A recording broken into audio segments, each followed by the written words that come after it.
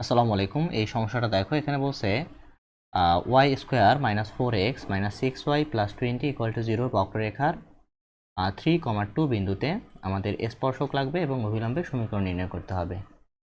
চলো এই ইকুয়েশন থেকে আগে আমরা ডিওয়াই বাই ডিএক্সটা বের করি।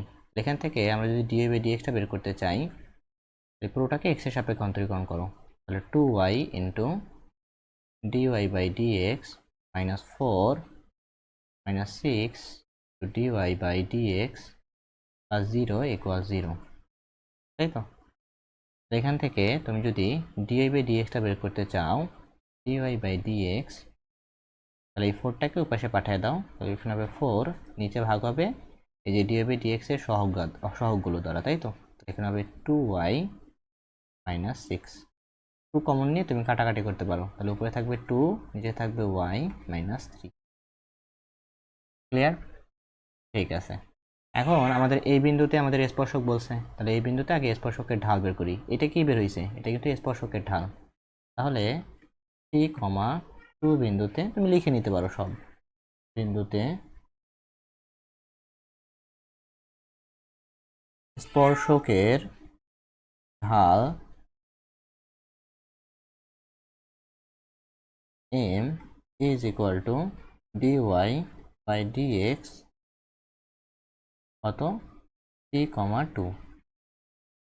এখন দেখো আমাদের কিন্তু এখানে কোনো x সম্বলিত কোনো রাশি নাই, তাই তো? আর পদ নাই, তাহলে এক্সটা বসাবো না, শুধু y এর মান বসাবো।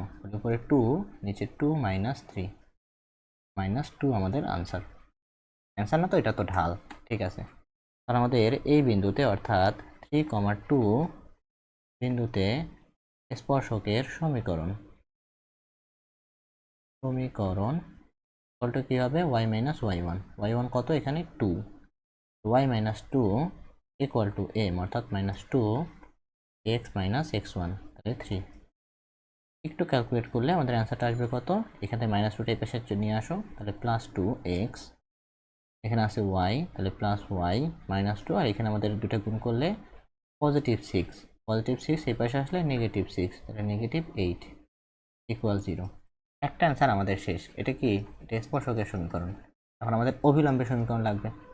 অভিলম্বের সমীকরণ আমরা কীভাবে বের করবো? এটাকে আমরা যদি একটু এদিকে চাপাই দিই, তাহলে হয়তো আমাদের জায়গা হয়ে যাবে। ঠিক আছে, এখান থেকে আমরা এই পাশে অভিলম্বের সমীকরণটা বের করে ফেলতে পারবো। এখন দেখো, আমরা জানি যে স্পর্শক এবং অভিলম্ব পরস্পর লম্ব হয়। স্পর্শকের ঢাল যদি হয় m, তাহলে অভিলম্বের ঢাল কি হবে? Minus 1/m। কারণ আমরা জানি যে দুটো পরস্পর লম্ব এরকম দুটো সরলরেখার ঢালের গুণফল -1 হয়। আমি যদি অভিলম্বের ঢালটা m প্রাইম ধরি, তাহলে m prime into m equal to -1। m প্রাইমটা কি হবে? অবশ্যই -1/m। ঠিক আছে, এখানে লিখতে পারি যে অভিলম্বের ঢাল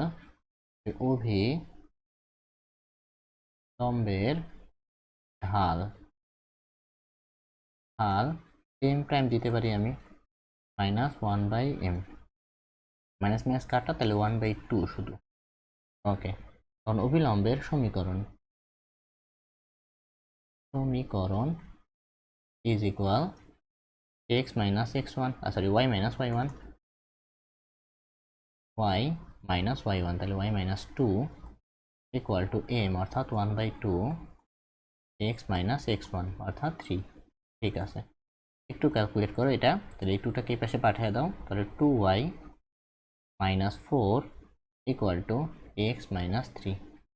আলটিমেটলি হইতেছে x মাইনাস 2y, আমরা এটাকে উপরে পাঠাচ্ছি, তাই তো? তাহলে এখান থেকে 4 গেলে +4, প্লাস 1 ইকুয়াল 0।